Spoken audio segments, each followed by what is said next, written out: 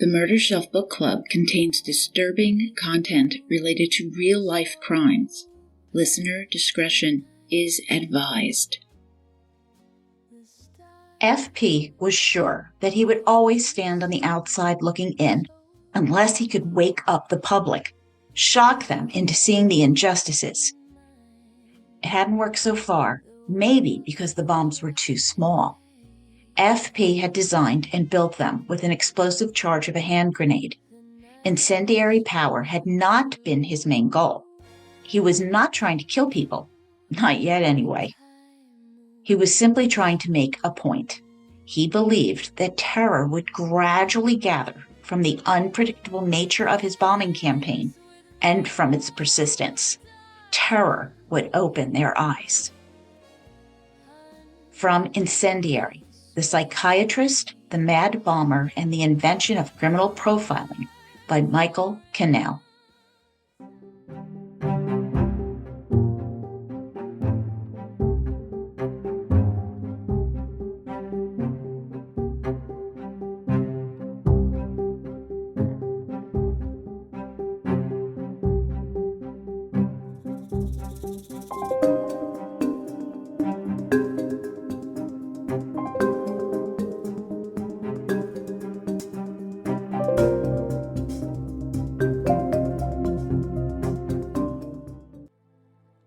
Welcome to the Murder Shelf Book Club podcast. I am your host, Jill.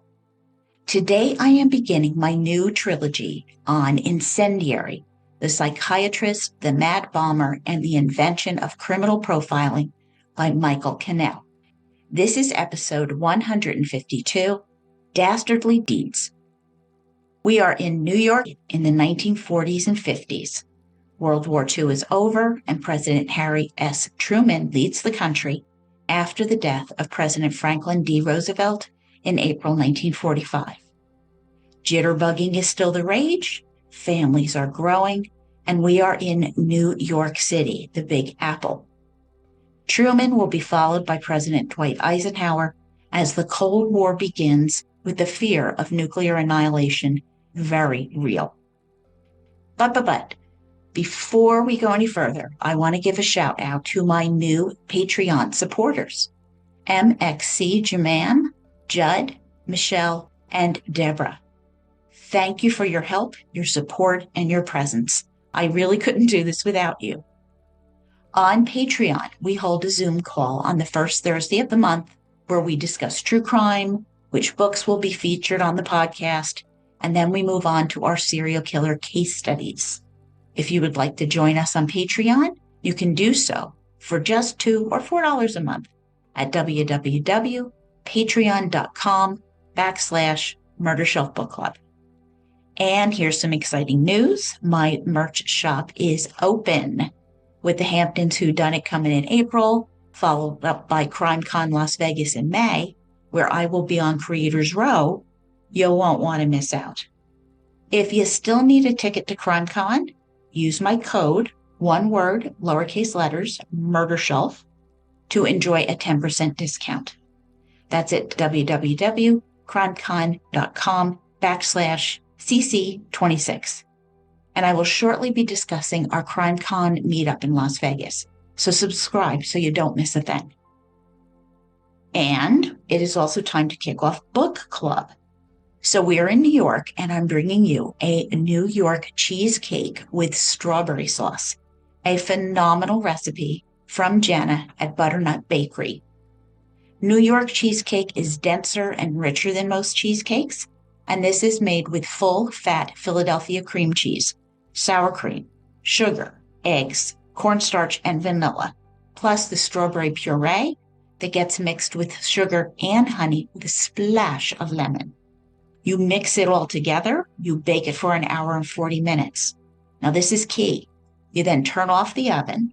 You leave the cheesecake in the oven with the door cracked for an additional hour. Refrigerate it overnight. Remove it from the spring pan. Drizzle the strawberry sauce all over each piece, and it is the creamiest cheesecake. Now I'm going to pair it with something else from New York. I Love New York Red Blend from Brotherhood Winery, the country's oldest winery. This medium-bodied wine has a luscious ruby color and offers aromas of blackberry, black cherry, and subtle vanilla with ripe fruit and mocha flavors. Its balanced finish complements the cheesecake perfectly without it being too sweet. So, bon appetit, murder bookies. Our author, Michael Canal, he is a 1982 graduate of Princeton, receiving his BA in anthropology. God, I loved anthropology when I was in college. Today, he is the author of 5 nonfiction books, and I do really enjoy his writing style. He has been a reporter and editor of the New York Times, and he has also written for The New Yorker, Sports Illustrated, among many others. So links to where you can buy his books are on my blog at www.murdershelfbookclub.com, February 2026. Oh, and as far as my sources go, there is another book that was also really helpful in bringing you this story. This book is by Dr. James Brussel, MD, Case Files of a Crime Psychiatrist. So, back to New York City. It is December 1956, and we are in Little Italy. It is a typical winter for the metropolitan area, with gray skies and slush freezing beneath their feet. Fears of the Cold War has created a national anxiety, with President Eisenhower steady with his reassuring baritone seeking to calm the masses. But there is a more immediate problem. Serious expressions were etched on the New York Police Department detectives' faces. Yet another bomb had exploded, this time at the Paramount Theater in Brooklyn. For 16 years, the police department has been searching for the serial bomber who identifies himself as FP.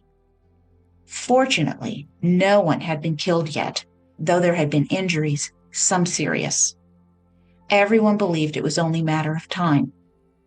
The New York Journal-American newspaper described the mad bomber, as he's called, as, quote, the greatest individual menace New York City has ever faced. The capture of this bomb-building psycho, with his insatiable and unreasoned grievance, was called the most agonizing challenge of modern times, end quote.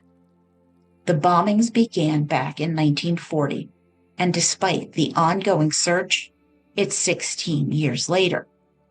FP had also written letters indicating he intended to kill. Initially, his homemade bombs had been ineffective, but over the years, his skill had increased and his devices were now undoubtedly lethal. All this time, the country's most formidable police force had fallen flat, failing to identify solid leads, never mind arresting a suspect. Now, for the first time in the department's 111-year history, Captain Howard Finney and 2 detectives turned to Dr. James Brussel for assistance. He was the psychiatrist who led New York's Department of Mental Hygiene. Managing a staggering 120,000 patients, in addition to his private practice, could he help them identify the mad bomber? Dr. Brussel sensed that Captain Tinney was a deep thinker and was now prepared to consider even the most far-fetched psychiatric insights. The 2 other detectives were undoubtedly skeptics. 2 hours later, an image of the bomber began to take shape in Dr. Brussel's mind. He described the fugitive in detail, specifying the clothing that he was likely to be wearing. And we begin Part 1, Manhunt. 5 years earlier, on October 22, 1951, FP was speeding along the Taconic Parkway. When he began his bombing activities in 1940, he had taken the train into Manhattan, but felt self-conscious about carrying a bomb or 2 with him. Well, you think? He was certain that other passengers were giving him suspicious looks. He also imagined that the conductor took longer to punch his ticket. Thus, FP began driving into the city.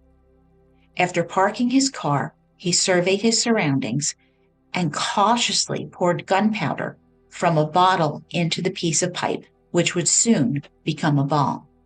He assembled it this way so that he didn't accidentally blow himself up before planting the bomb.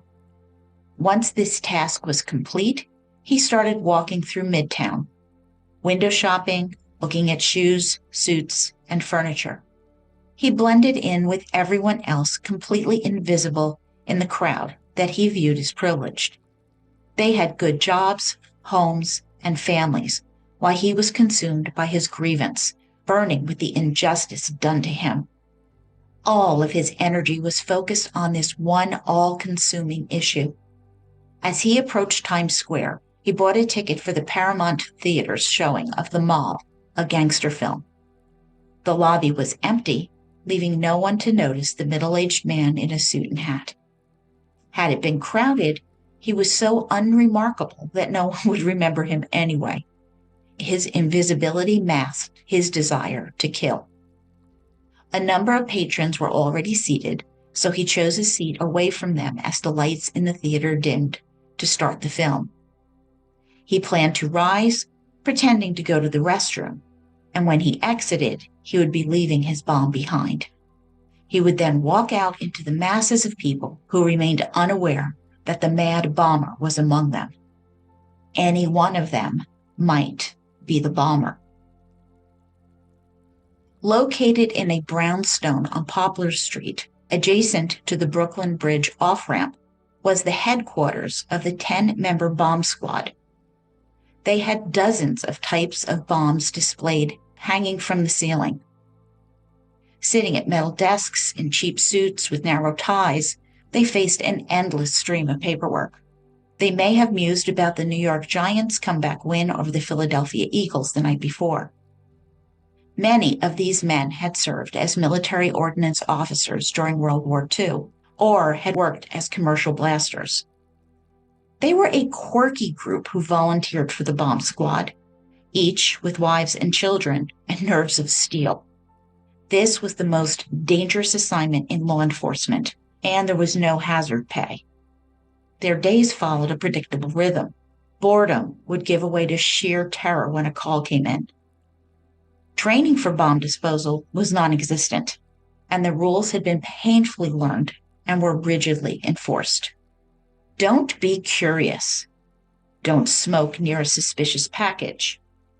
Never bring a suspicious package into the precinct or any populated space.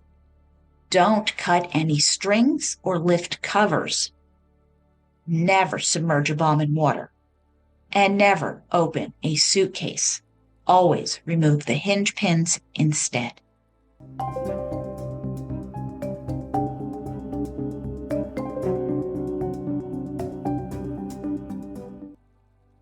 Now, human memory is fragile and short-lived. Following World War I, during the Red Scare, anarchists bombed symbols of American power in New York City. For example, on September 16, 1920, a horse-drawn wagon stopped near J.P. Morgan's bank on Wall Street.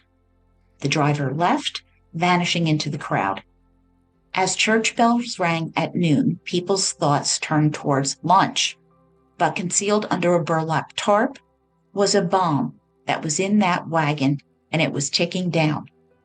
When it detonated, 100 pounds of dynamite exploded, destroying the horse, the wagon, shattering windows, setting shrapnel flying. The blast resulted in the deaths of 38 people, with fire radiating outward from the epicenter of the explosion. Pools of blood, severed heads and limbs, body parts, covered the area. Panicked survivors ran as some tore their clothes trying to patch up the injured. The reaction was a surge in patriotism while vowing revenge on the perpetrator, believed to be foreign agents, not dissimilar to the response after 9/11. But in 1920, the term terrorism was fairly new, becoming a permanent part of the American vernacular. 2 decades later, by 1939, Hitler and his Nazis had absorbed both Austria and Czechoslovakia, while Italy was invading Albania. Meanwhile, New York City prepared for the World's Fair, themed The World of Tomorrow, held in Flushing Meadow, Queens.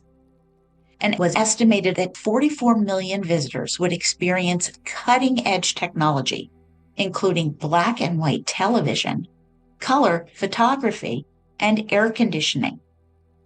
A year later, the second season of the fair opened against the backdrop of World War II, as France felt a German occupation and the Blitz rained down on Britain. On January 4th, 1940, a maintenance worker uncovered a ticking bomb in the British Pavilion at the World's Fair, thinking initially someone had simply forgotten a clock. The maintenance worker carried the satchel through the pavilion until a security guard realized the danger and called the police. Bomb squad detective Joseph Lynch and his partner, Ferdinand Socha, rushed to the site. Wearing no protective gear, dressed in their common suits, they cautiously cut a hole in the bag and discovered 16 sticks of dynamite as the bomb exploded in their faces, creating a 5-foot-wide crater. Tragically, both men were thrown, dying in the blast.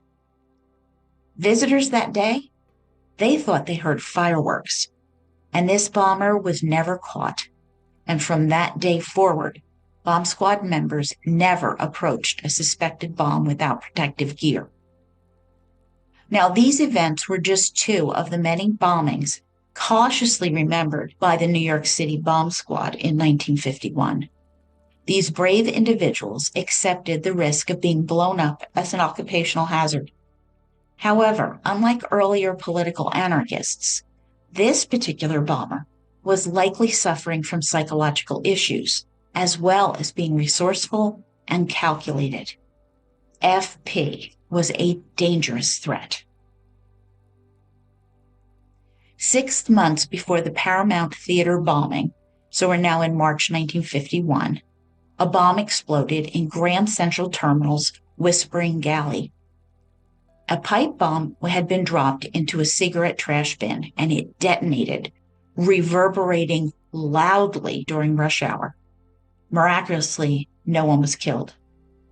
FP went on to set off additional bombs at the New York Public Library, at Grand Central Station again, in a telephone booth, in the lobby of Con Edison's headquarters, and at the Port Authority bus terminal. And he'd also called in a bomb threat, claiming that there was a device in one of Grand Central Station's 3,000 lockers. Oof.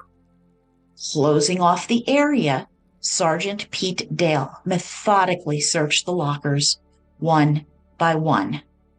After 3 hours, he opened the last locker, revealing a yellow suitcase.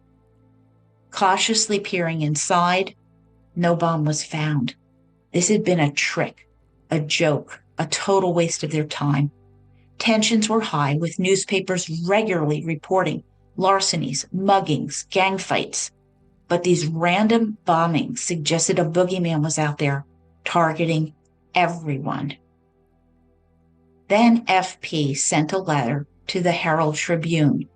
Quote, "Bombs will continue until the Consolidated Edison Company is brought to justice for their dastardly acts against me. I have exhausted all other means. I intend with bombs to cause others to cry out for justice for me. If I don't get justice, I will continue, but with bigger bombs." Well, Consolidated Edison is called Con Ed by the locals, myself included. When I was first reading this, I wasn't actually sure what the heck Consolidated Edison was. I had actually never heard the name before. Con Ed, it's the energy company based in New York City. I'll talk a little bit more about it later. One of many letters written by FP was postmarked in Mount Kisco, a town in Westchester County, and he also warned of a bomb planted in the Paramount Theater in Times Square. This poor Paramount Theater, you're going to hear about it a lot. Notifying the police, the bomb squad descended on the Paramount, cordoning off the bathrooms as their inspection began. Sinks, toilets, they were cleared, and then they checked into the heat vent And there was a pipe bomb. A veteran bomb squad detective, William Schmidt, said, quote, "Every infernal machine is different. The ones that work on acid, the ones that work on a watch, the ones that work on position. We get the people away, and then we figure out what we're going to do," end quote. The bombing at the Paramount Theater changed everything. Sergeant Pete Dale, who replaced Detective Lynch, had risen to the position of squad leader over the 11th years since Lynch's death. Reforms were enacted after the deaths of Lynch and Sosha. Only one team member at a time was allowed to approach the bomb, and protective gear must be worn. But even that still left the hands and arms exposed. Now, Dale had a critical decision to make, whether to remove the bomb or defuse it at the scene, and the wrong call could be fatal. Stepping back, Dale used a device like a grocery store gripper to handle the device. If it was constructed with a mercury switch, any jostling could cause a droplet of mercury to slide down a tube and activate the bomb. A mechanism of this type is known as a position control device in bomb disposal terminology.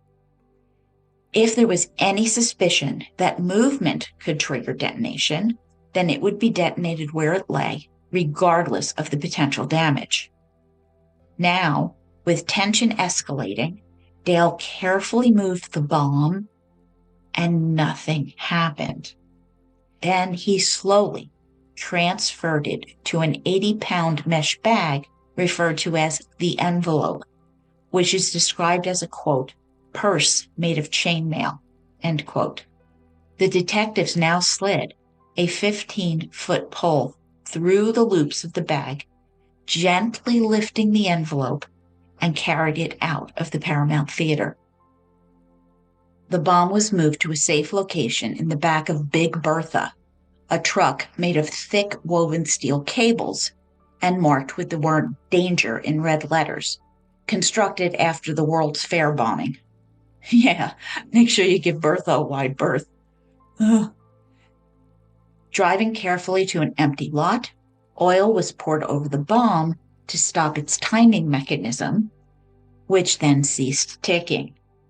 Confirming this, a fluoroscope was used to X-ray the bomb.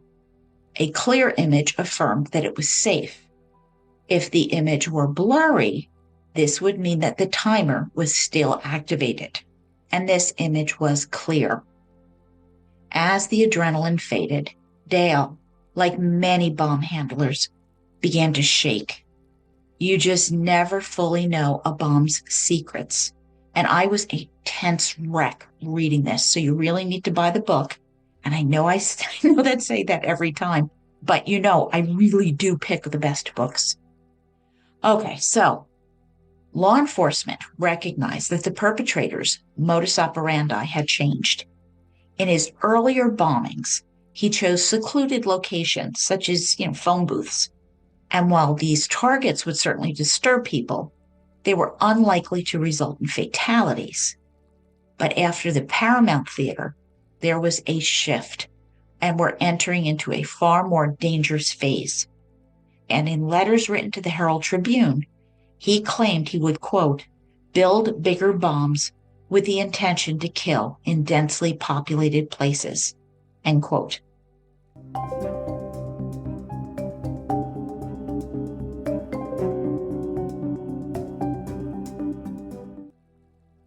After years of dead ends, Captain Finney and his detectives believe they finally had a breakthrough. They had found handwritten letters which matched the mad bomber's writing in Con Ed files on a disgruntled employee. The next day, NYPD and the New York State Police arrested 56-year-old Frederick Eberhardt in Connecticut. A former 20-year employee of Con Ed, he had been fired for theft, though later acquitted by a jury. Bitter about his termination, Eberhardt admitted to sending threats, including a fake pipe bomb filled with sugar, to a Con Ed personnel director. The district attorney of New York City informed the judge that he believed that Frederick Eberhardt was not of sound mind, leading Eberhardt to be admitted to Bellevue Hospital for observation while his wife sobbed nearby. Investigations into Eberhardt's actions intensified as the city exhaled deeply, relieved that the bomber threat had been neutralized. Now, I mentioned this. You have to understand this is all happening during the Cold War, which already had Americans on edge. Americans learned that the Soviet Union had acquired nuclear weapons in 1949, even as the Berlin blockade by East German communist forces was met with President Truman's Berlin airlift, lasting over a year, flying in every necessity for West Berlin, a city to survive. As the Cold War escalated, the fear of nuclear war loomed large, prompting New York City to conduct its first atomic air raid drills. Sirens sounded, traffic halted, as people with grim expressions filed into shelters and children ducked under desks in their schools. The entire drill lasted just 10 minutes. And later that night, a bomb exploded in a locker at the Union Square subway stop mezzanine next to shops and shoeshine stands. Thankfully, again, no one was hurt, but this blast exonerated Frederick Eberhardt. He was discharged from Bellevue, recalling that his time there was, quote, the most harrowing days of his life, end quote. Letters continued to be sent from different locations in Westchester County, all deliberately wiped of fingerprints. FP enjoyed mocking the inept police for bungling the investigation, threatening to plant larger bombs that would cause more destruction, a chilling reminder of their worst fears. Week after week, FP read newspapers and magazines, finding no supporters for his crusade. The stories covered tensions in Korea, gang violence in Harlem and Hell's Kitchen, and nuclear tests by the United States and Soviet Union. Growing up during the Cold War, I have to say I fully expected to die in a nuclear war, and I lived with a constant hum of anxiety in my life. That anxiety was not silenced until 1989, when the Berlin Wall and the Iron Curtain fell, bringing freedom to Eastern Europe for the first time since World War II. That fear that once defined my life faded, and that silence, it was loud and it was profound. The bad guys had lost.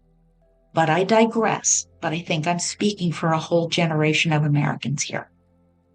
So FP the bomber, he's reading the scary news stories too, and looking for one about the Paramount bombing, or the Port Authority bombing, or the telephone booth bombing, or Con Edison capitulating, and finding nothing. He was ignored and dismissed. He was accustomed to feeling invisible, on the outside looking in. He struggled to awaken the American public, but his bombs, they were too small. He had a point to make, and it wasn't about killing people.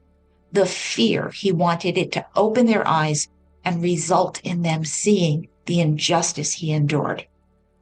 FP is unlike serial arsonists who get a sexual thrill from fire and destruction.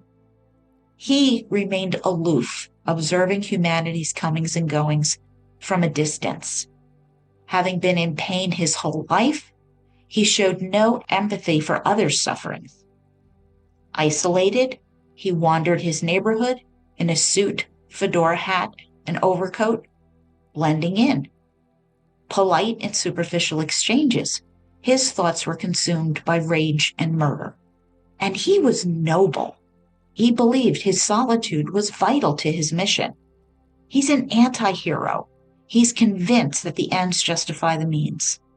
And people, they complicated things, so he avoided them, determined to struggle against evil and to strive for justice.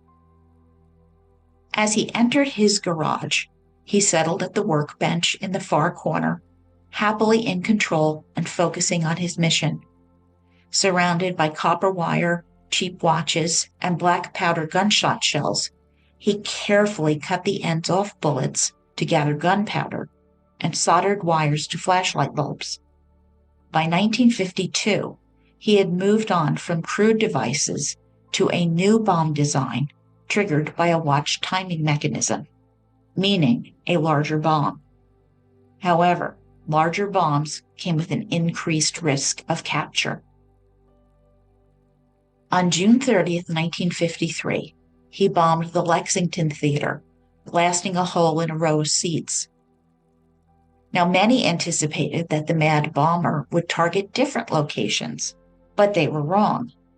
6 months later, he struck again during the screening of a film, Everything I Have Is Yours. The blast shocked the audience, increased the sense of unease, confirming that no place was ever safe.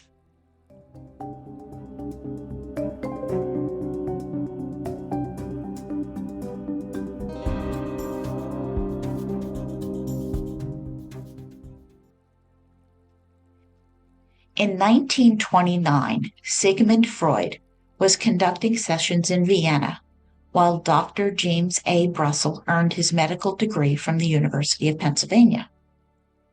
During World War II, Brussel had assisted troops with his neuropsychiatric services, engaging in, quote, counter-espionage activities in Mexico for the FBI and CIA, end quote, wrote author Gerald Frank in the introduction of Brussel's book, Casebook of a Crime Psychiatrist.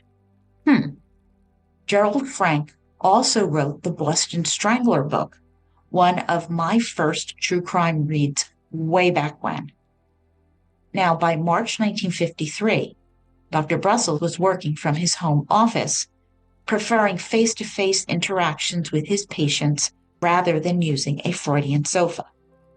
Dr. Brussel was also the chief of the Department of Hygiene at Creedmoor State Hospital in Queens, New York.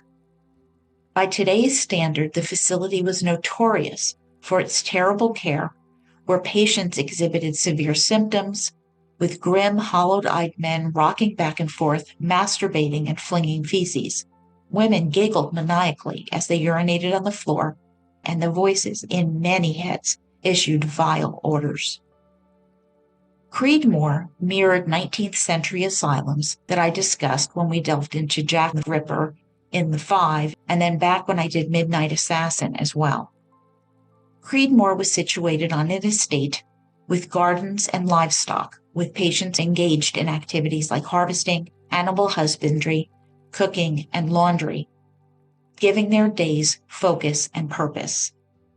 The severely ill, such as those with schizophrenia, were often restrained in straitjackets and sedated. Insulin injections induced hypoglycemic comas, and on emerging, the patient's behavior was calmer, at least temporarily. In 1949, Antonio Igues Moniz won the Nobel Prize for introducing lobotomies, believed to treat schizophrenia and other disorders. And Creedmoor was, quote, eager to keep up with the modern trend in the care of patients, end quote. Oh boy. Thankfully, we've progressed a lot since those days. The advent of psychopharmacology began in 1950 with terrorizing, a drug that would be approved for psychiatric use 2 years later. While not a cure-all, terrorizing alleviated auditory and visual hallucinations, allowing patients to hope for a normal life without restraints or lobotomies. As Creedmoor's CEO, James Brussel, and his wife Audrey lived in a modest cottage on the grounds. At colleagues' parties, he would entertain by playing show tunes on the piano and feeding a parakeet by placing food scraps in his mouth.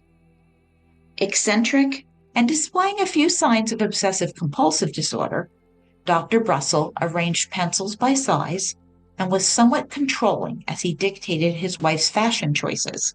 And somewhat paranoid, Brussel carried a .32 caliber Ivor Johnson pistol for protection, a behavior likely fueled by his addiction to Demerol, which he injected as needed. This was also a man with, quote, a mind and a facility for interlocking clues, end quote, mastering the New York Times crossword puzzle. He also composed an operetta called Dr. Faustus of Flatbush, which met with a riotous reception at a psychiatric convention. And he published his psychoanalysis of Dickens and Van Gogh, end quote. So this is an interesting guy with his own demons. Now, also, to be fair, Freudian psychoanalysis is the rage in the 1950s, a huge fad with society's upper echelon engaging in Freudian psychotherapy. A guy full of energy, Russell, quote, was shrewd enough and ambitious enough to recognize that psychiatry could potentially do more than subdue its troubled souls huddled in a Creedmoor ward and minister to the Upper West Side neurotics. Why couldn't doctors apply the new understanding of the mind to help solve societal and political issues? End quote. Well, while this was a new idea, it was a toddler, not a newborn. Psychological analysis had already played an important role during World War II. Then, the director of the Office of Strategic Services, the OSS, asked Cambridge, Massachusetts psychiatrist Walter C. Langer to assess how Adolf Hitler might react if the Allied forces advanced on Berlin and the war was hopelessly lost. Well, after extensive research, Langer produced a 135-page report describing Hitler as having a dual personality. Not split personality. We're not talking about that. He has a dual personality.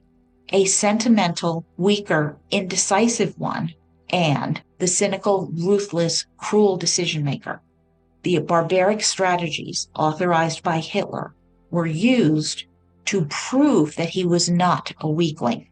And when faced with imminent capture, Langer concluded that Hitler was likely to choose suicide over a death in battle. 18 months later, as Russian and American forces were closing in, hiding in his bunker, Hitler took his own life, shooting himself after giving his brand new wife, Eva Braun, a cyanide capsule. And I have a link to Langer's report on my sources page in my blog. Now, Dr. Brussels had been following the newspaper stories about the serial bomber. It all began in 1940, but after the attack on Pearl Harbor on December 7, 1941, FP chose to stop.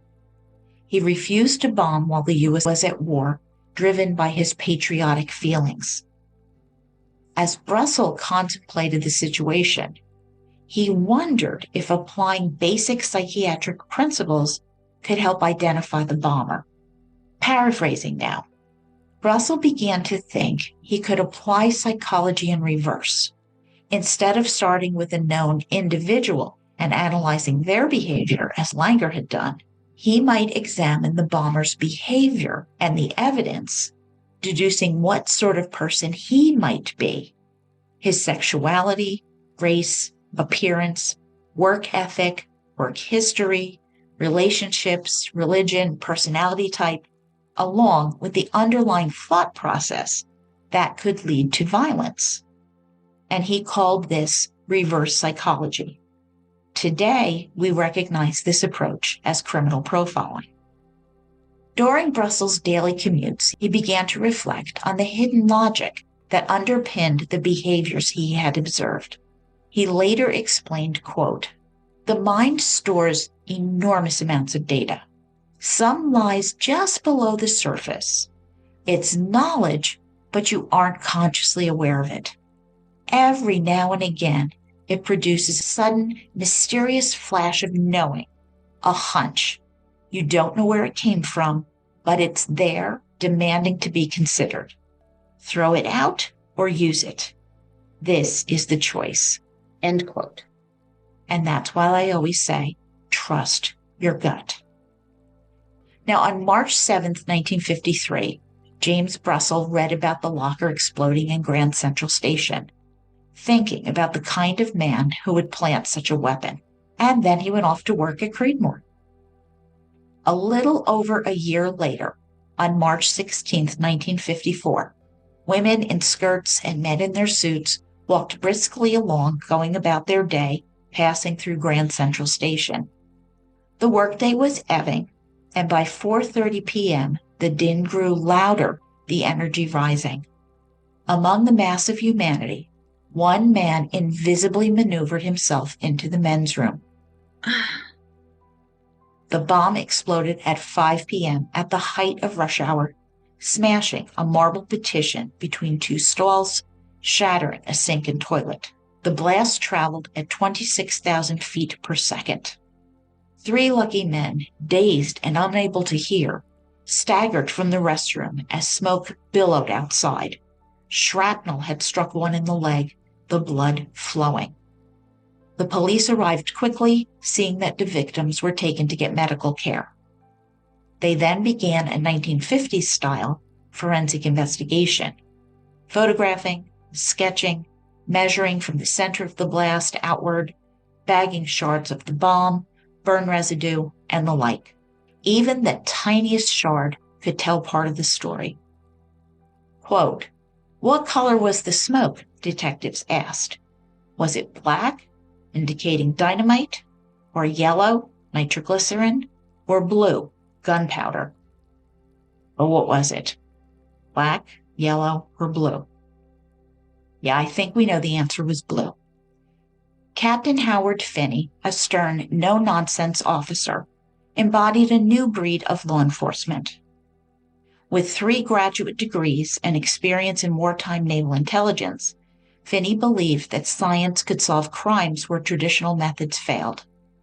As evidence was collected, Finney returned to the crime lab, a suite of bright, fluorescent-lit rooms where technicians used X-ray machines, spectrographs, and electron microscopes to analyze the evidence.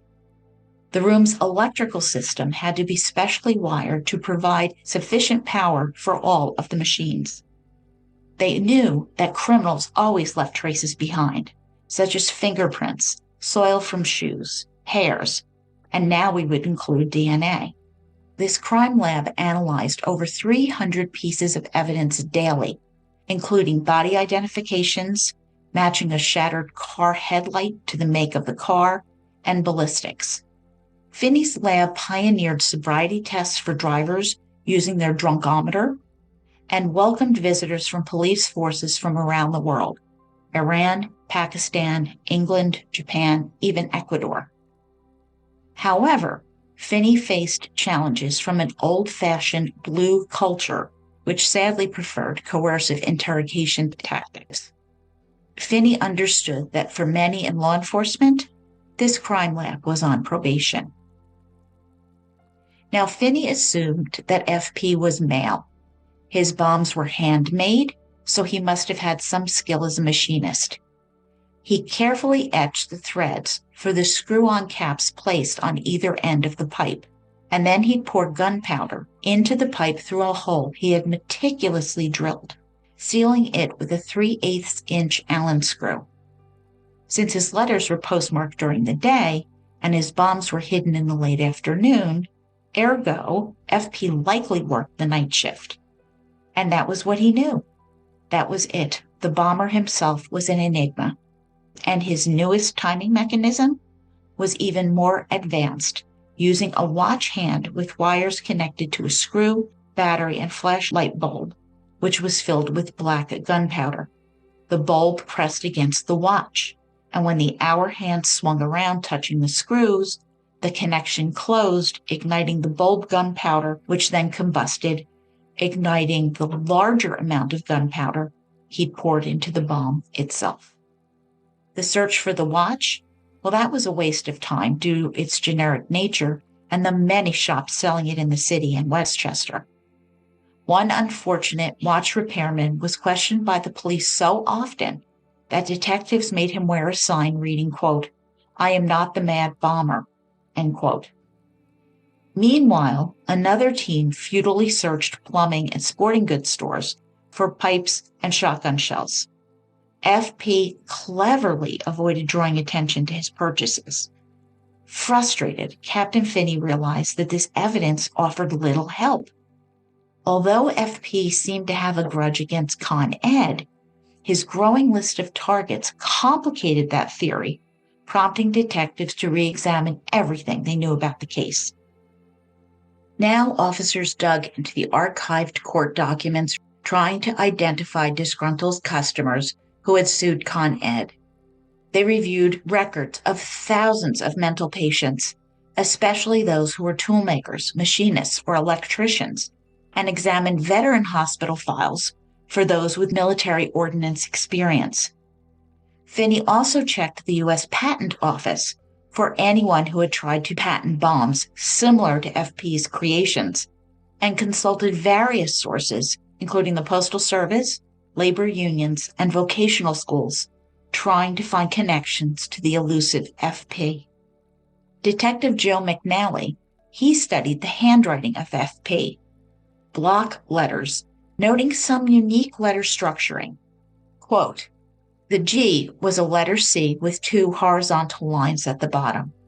The center on the M comes all the way down to the baseline of the writing, and the S seems to fall flat at the bottom." End quote. In December 1954, Finney assigned Detective Hugh Sang to review Con Ed's headquarter files, which were an absolute mess, in the hopes of finding a handwritten match among the countless complaints.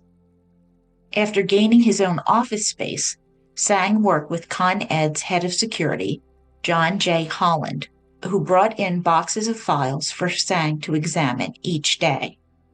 However, it quickly became clear that Holland was only giving Sang harmless cases. When questioned, Holland claimed that the legal department was causing issues, and he insisted that no other files existed from 1940 or earlier. Only recent files were kept at headquarters.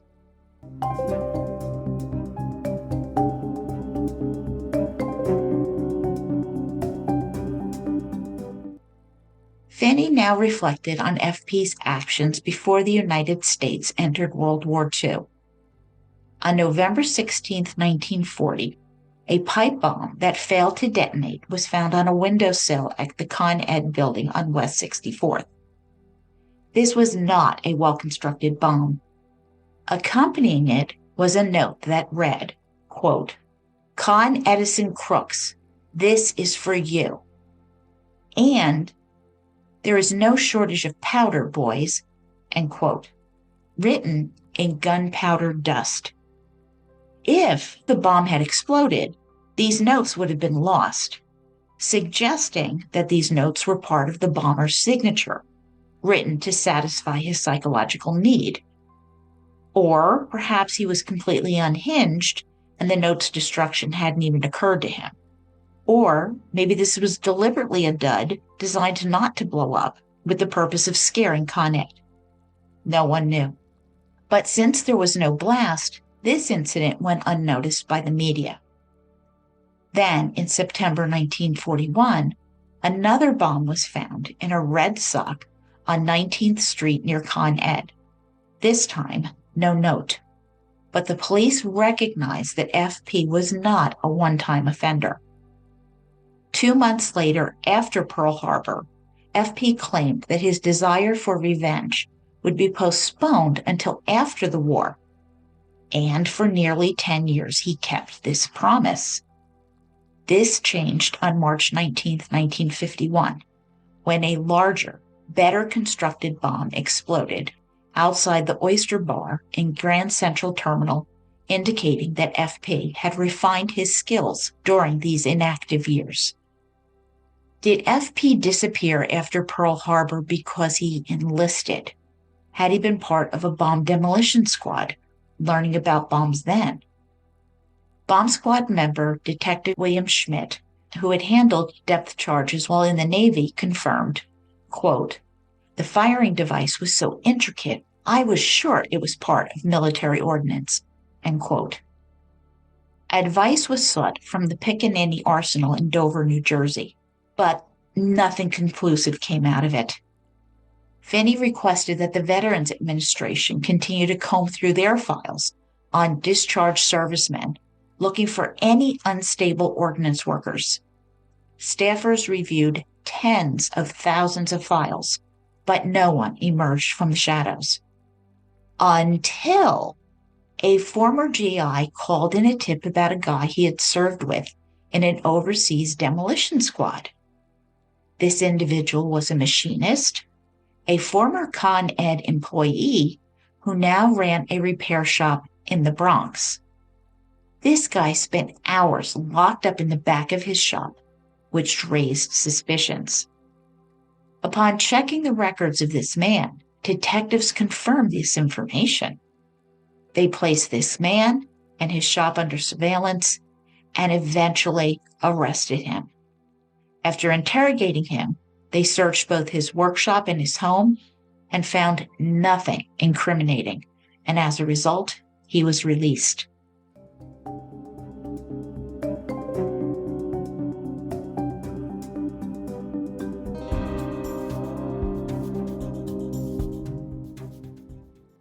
Winter 1953.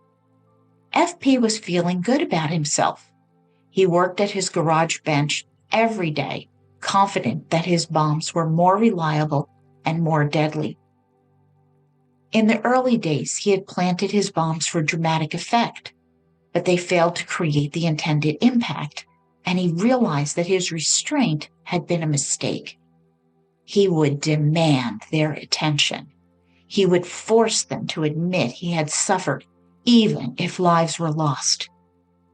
Movie theaters were the best targets because the audience was closely packed together, increasing the chance of injury or death. He had already targeted the Paramount in Times Square and Lowe's Lexington Theater twice. Now he planned to bomb Radio City Music Hall, the most iconic and grand venue in the world. After purchasing a ticket, he strolled through the Art Deco lobby where the crystal chandeliers cast glistening reflections throughout the room. He entered the 6,000-seat auditorium and took a seat in row L towards the rear of the orchestra. The house lights dimmed as the latest Kirk Douglas movie began. FP quietly cut a hole in the upholstery of the seat next to him, sliding the bomb deep within the gash. Standing up as if to go to the restroom, he noticed that a latecomer had taken his seat. Heading towards the exit with the normal gait, he was almost there when the bomb detonated prematurely. The woman who had taken his seat was thrown a few rows down, miraculously escaping with only minor injuries. As he was about to exit the door, FP felt a grip on his upper arm. Oh no! The moment he had dreaded, he was caught. As the usher stumbled through an apology, acting like a disgruntled patron, FP snatched the free ticket pass from the usher and disappeared onto crowded 6th Avenue. Just mere minutes later, Captain Finney entered. He and FP had just missed each other. FP felt the police were surveilling him. One day, while taking the downtown IRT express train, with a bomb in his pocket, he noticed a woman dressed in black who seemed to radiate malignant intentions. Naming her the Black Queen, their eyes locked and he saw cold determination in her gaze. Exiting the subway, the Black Queen followed him. He climbed the stairs and boarded another downtown local, aware that she was still trailing him. When he exited, she left with him, and he was shaken, certain that the police had identified him. Just as he was about to run, the Black Queen walked away. He now realized they would set traps for him. Spotting a sale advertisement for the kind of watches that he used in his bombs, he understood the ad was a ploy to lure him and capture him, but he was too clever to fall for it. He would taunt them. It was just too easy. The normal rules no longer applied to him. After all, he saw himself as a superhero, righting a horrific wrong. And the bombings continued. November 17th, 1954, during a sold-out showing of Bing Crosby's White Christmas at Radio City Music Hall, a bomb went off.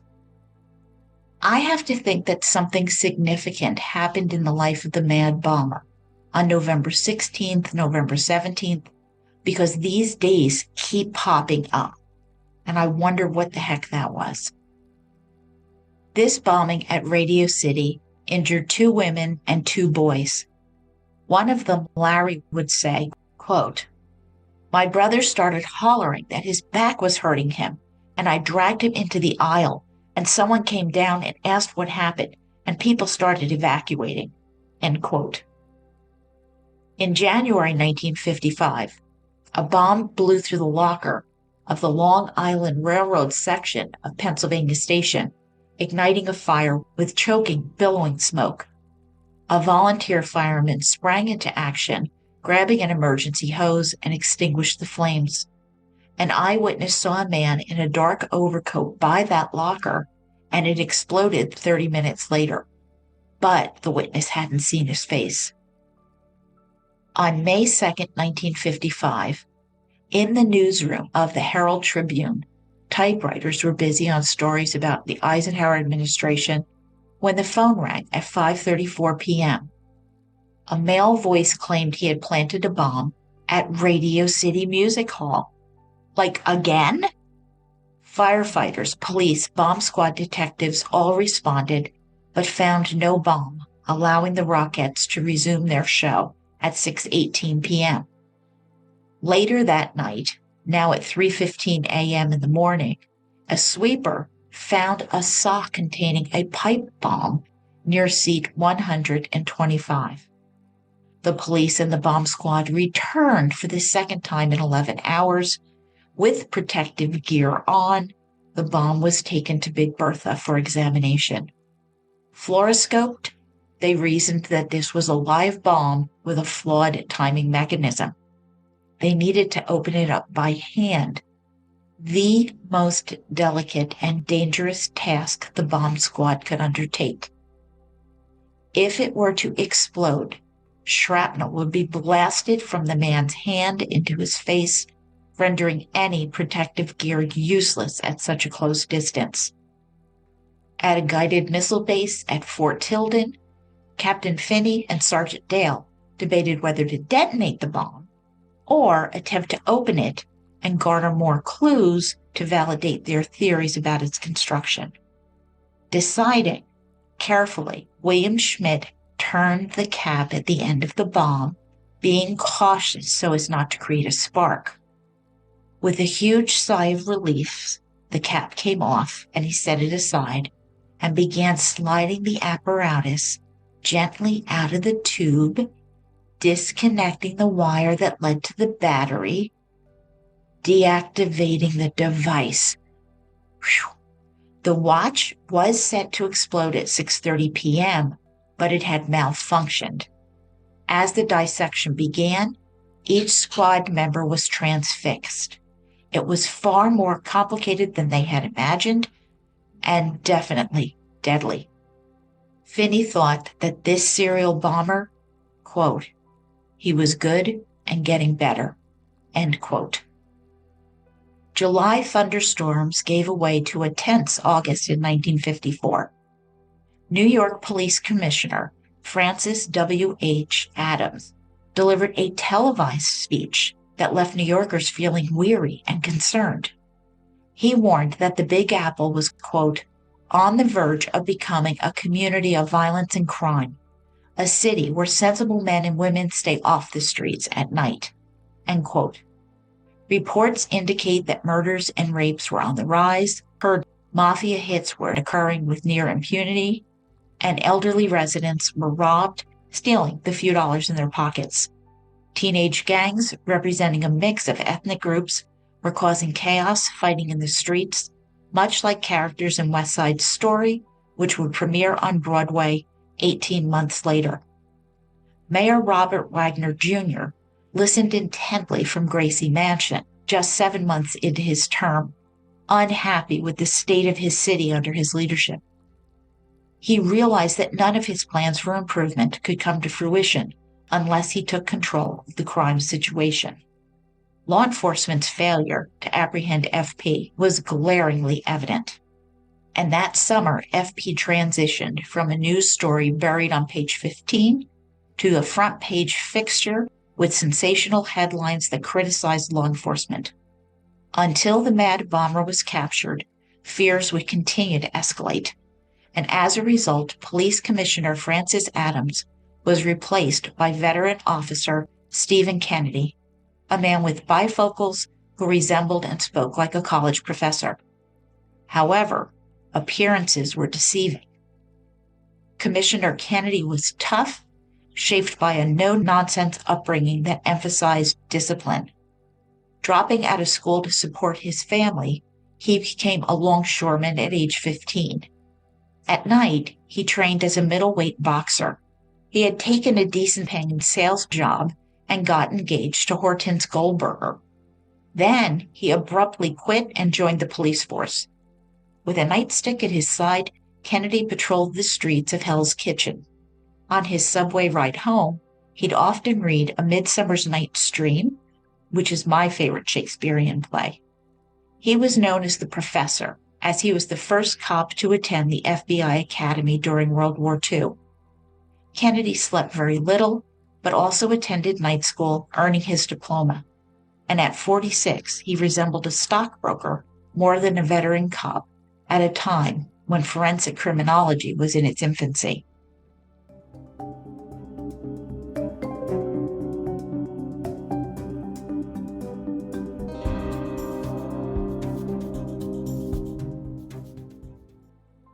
Paul Kirk published the first comprehensive 800-page book titled Crime Investigation, Physical Evidence, and the Police Laboratory.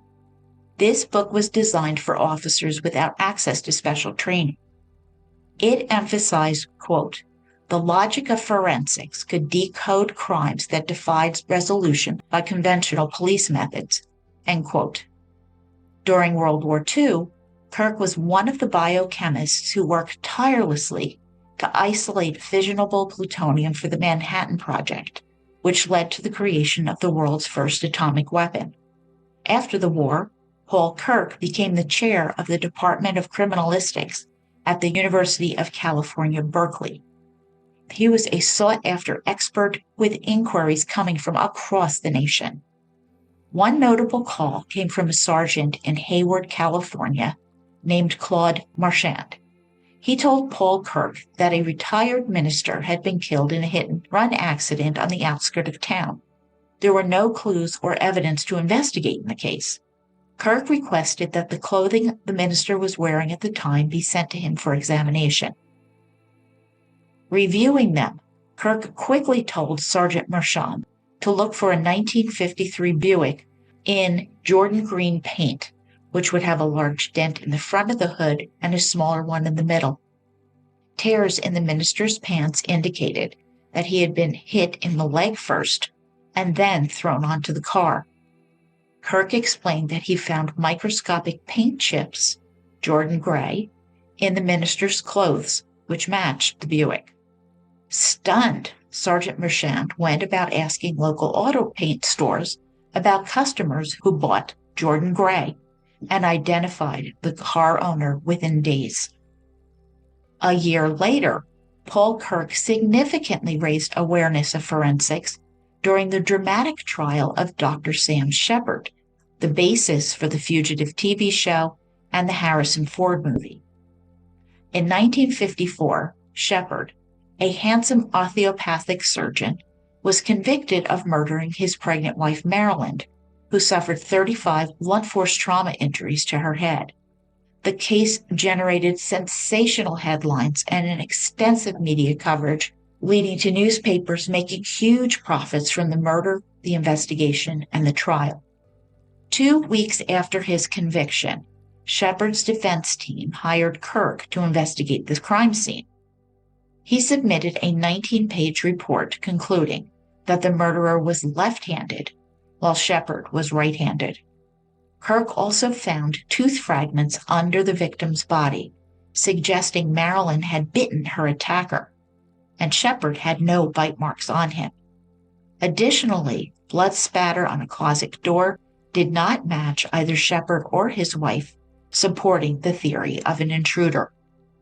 Quote, Sam's story was consistent with the known facts, and the technical evidence presented by the prosecution had been worthless, end quote.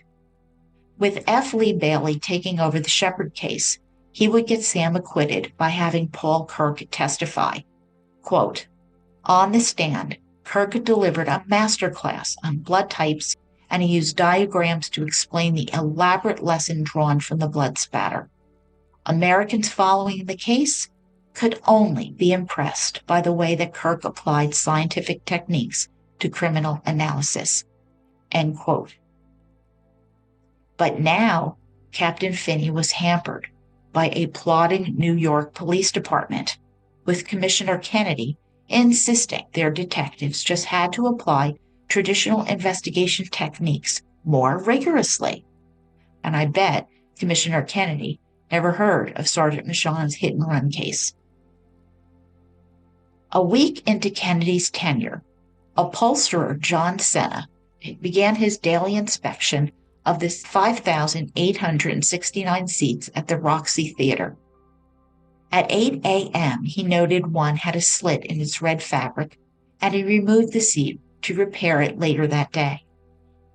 When he started the repair at 3 p.m., a sock rolled out of the seat, revealing a pipe. Recognizing that this was one of those bombs, John Senna alerted the authorities, and Sergeant Pete Dale arrived with the bomb squad. A year earlier, Pete Dale had lost part of his hand when a bomb exploded. He had undergone 12 surgeries to repair the damage. And Dale would say, quote, if you get hit by a car, it doesn't mean you never cross the street again, end quote. Oh boy. With great caution, this bomb was placed in the steel mesh envelope and carried down to the cordoned-off back stairs into Big Bertha. After submerging it in oil, they waited for rush hour traffic to clear before moving it to Fort Tilden. Frustrated, Kennedy now assigned 50 plainclothes detectives to monitor movie theaters and train stations, but the bombs continued to appear. One detonated in a theater, shredding a 34-year-old man who was there to see a John Wayne film.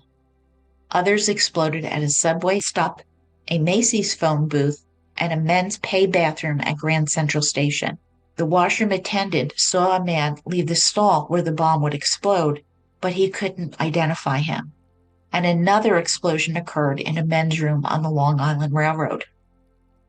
Lloyd Hill, a 74-year-old washroom attendant, was unclogging a toilet when the bomb exploded, shattering his glasses and cutting his face and embedding porcelain in his foot. Collapsed and bleeding profusely, he was taken to St. Vincent's Hospital, where he spent 2 months recovering motor control in his left ankle and toes. He would limp and use a cane for the rest of his life. The forensic team realized that FP had waterproofed the bomb with shellac, allowing it to be submerged in the toilet. When it detonated, the shattered porcelain acted like the shrapnel as his bombing techniques continued to evolve. New Year's 1956 brought a sense of dread, marked by 17 nuclear detonations at Bikini and Etiwetok atolls. Authoring Lucy, the first Black student at the University of Alabama, felt increasingly unsafe on campus and had to withdraw. And Richard B. Fitzgibbons, Jr. became the first American casualty in what would become known as the Vietnam War. The New York City bomb squad had dealt with 27 bomb incidents, but the suspect remained at large. His devices were thoroughly examined, yet provided no clues to his identity. However, with larger bombs in more crowded areas, the public was increasingly fearful and afraid that Mayor Wagner and Commissioner Kennedy were unable to protect them. The demand for action was reflected daily in the newspapers, which the suspect read thoroughly. With bombing stories on the front page, they were beginning to awaken to the gravity of his grievances. But FP realized that they missed the heroism of his mission, that one lone man was trying to right wrongs committed by, quote, a wicked alliance persecuting all the little men like him, who toiled honestly with a reasonable expectation of fair treatment, end quote. March 1st, 1956, FP wrote to the Herald Tribune again, quote, while victims get blasted, the yellow press makes no mention of these ghoulish acts.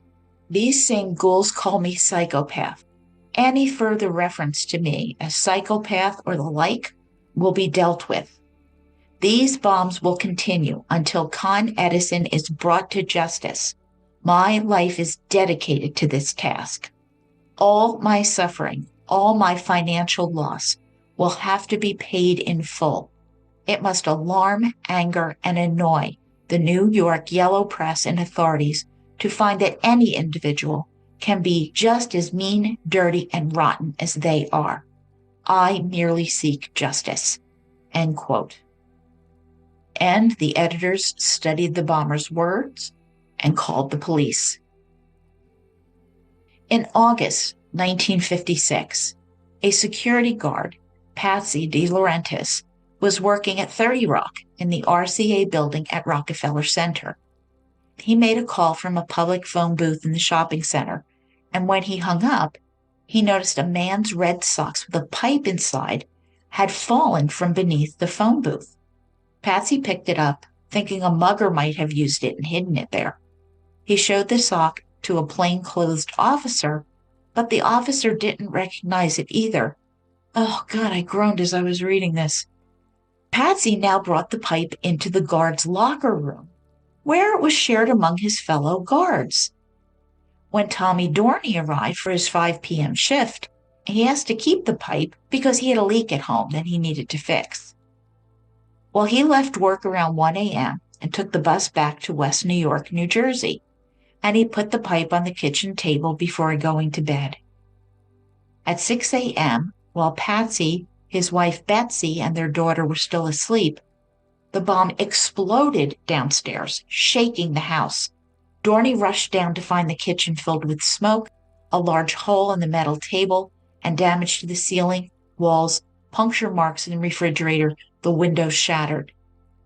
Betsy said, quote, it looked like an atomic bomb hit it, end quote.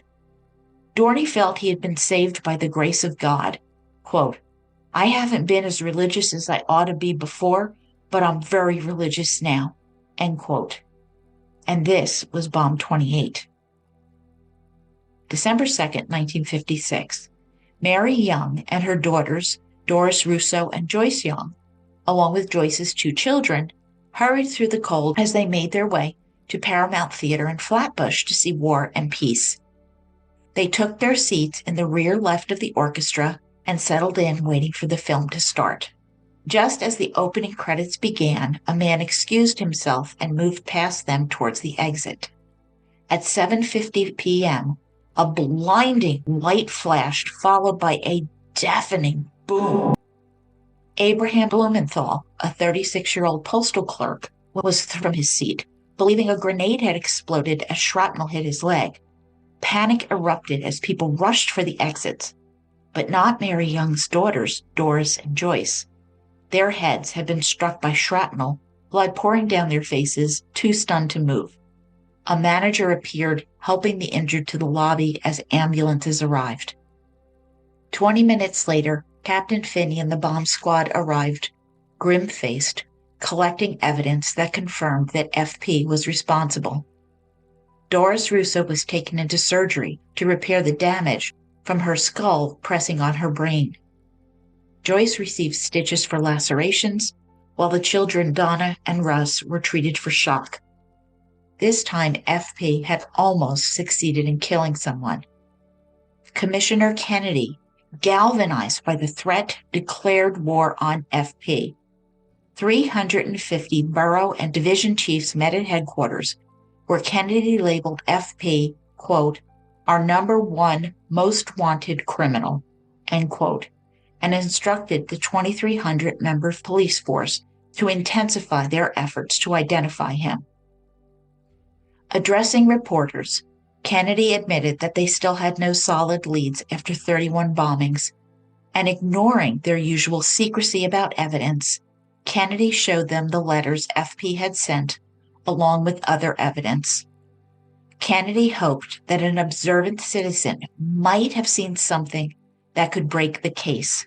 Quote, "I appeal to members of the public to come forward and give the police whatever information they might have concerning this man. The identity of informants will be kept a closely guarded secret." End quote. Had someone seen something, not realizing its importance? If so, would he or she come forward? Commissioner Kennedy and Captain Finney knew that FP was intelligent, clever, crazy, and enraged, and the mad bomber would continue to evolve, making larger bombs as the power of anxiety tightened its grip on the city. And that is where I will pause our story of Incendiary by Michael Canal. Part 2, Oedipus Rising, will drop shortly. In desperation, New York City Police Department is going to take some very unorthodox steps in seeking a solution and some way to end the serial bomber, as the next bomb could be death for some random person or people who are just trying to live their lives in the metropolitan area. So subscribe so you never miss an episode. You can join me on Patreon at www.patreon.com/Murder Shelf Book Club for our exciting monthly Zoom and our serial killer class on the first Thursday of the month. Remember, if you still need a ticket for CRIMECON, use my code MurderShelf to enjoy a 10% discount at www.crimecon.com/cc26. You can shoot me an email at jill@murdershelfbookclub.com. You can find me on X, Facebook, Instagram, YouTube, and LinkedIn. And all of my sources are on my blog at www.murdershelfbookclub.com. Thank you for being part of this journey. I see you as you hear me. Dance with me, oh darling, please. Underneath these swaying trees.